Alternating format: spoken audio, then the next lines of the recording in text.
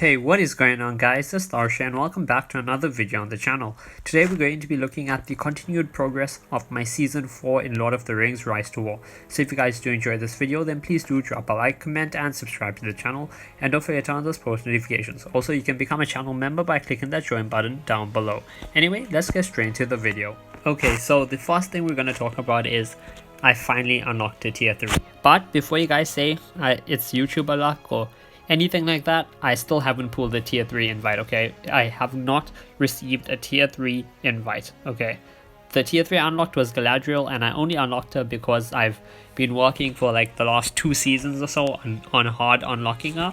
And by hard unlock, I mean I basically spend all my tier 2 and tier 3 respect items that I get. I dismantle them all, I get vouchers, and then I use the vouchers to come and exchange for respect item, the Lost Quenya score, once it's in the method exchange. So that is how I got her. I've exchanged all my respect items for vouchers, and I've exchanged all my vouchers for her respect item, and 9,000 respect later I finally unlocked her. So let's just have a look over here. There we go, Galadriel. So yeah, this is my Galadriel, though she's respect 0 right now, so yeah, I need to get her to respect 5, so that's going to be a whole lot more respect I need to try grind for her.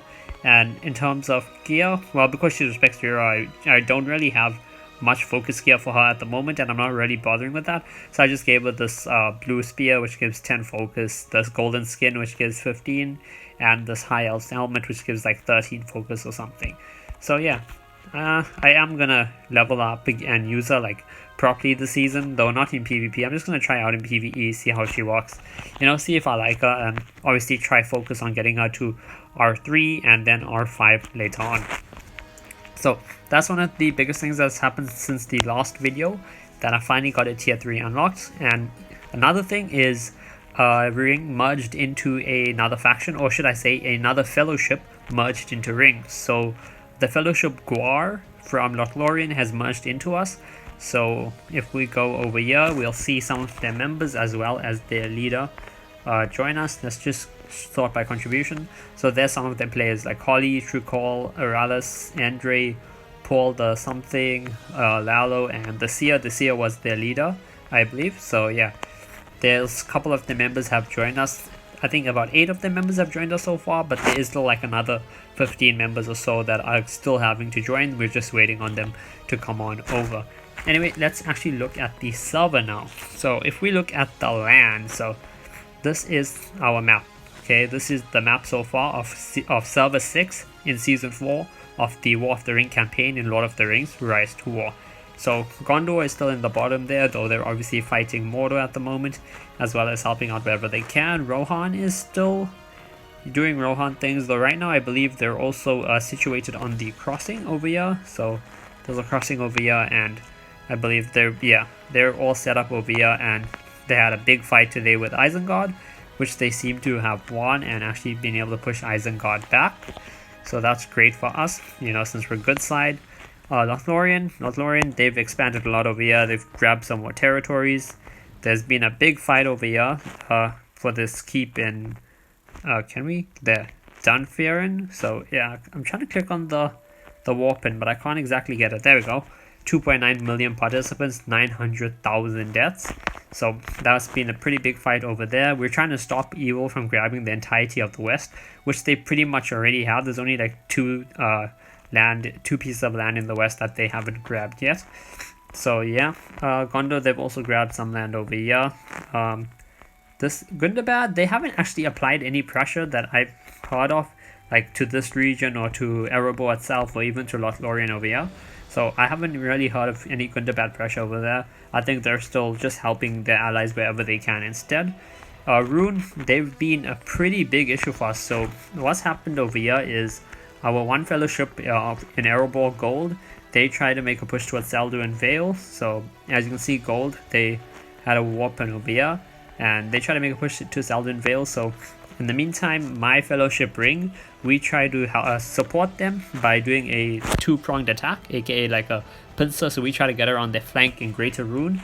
So if we go over here and we go, we can see, okay, so basically this river runs all the way up to here, and around this flank Rhun can get around.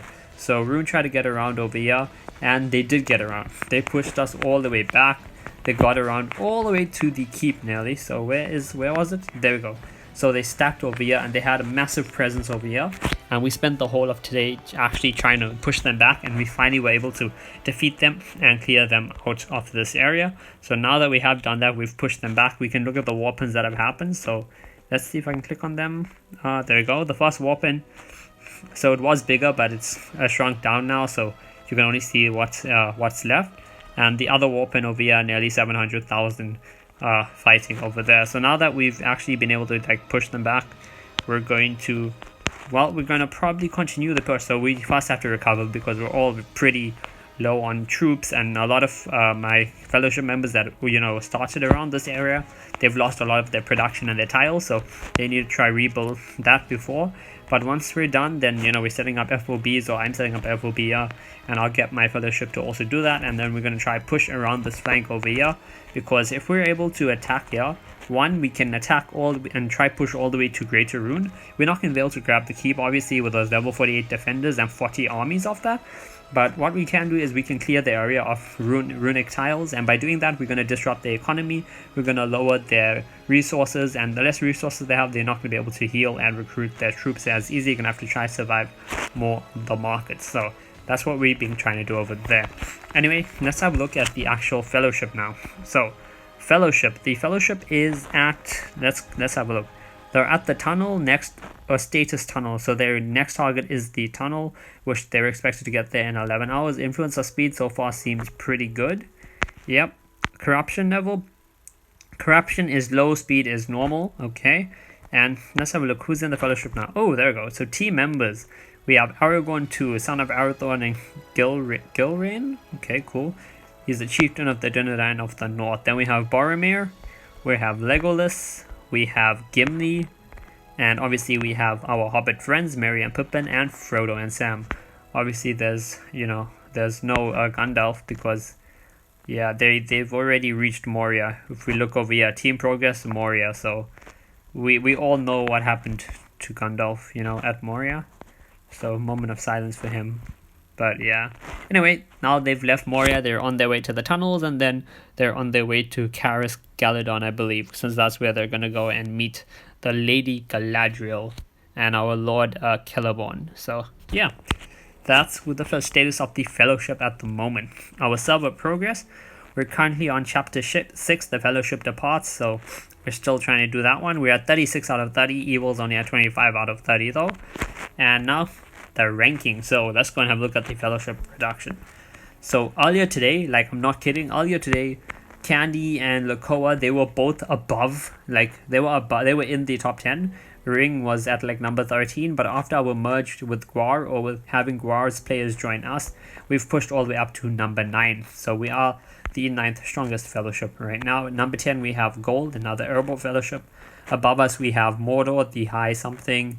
Then we have Gondor Pearls, we have Isengard Dark, Rohan Come, Rhun Pact, and then another Gondor Fellowship, and then the 2 Lothlorien Fellowships at the top.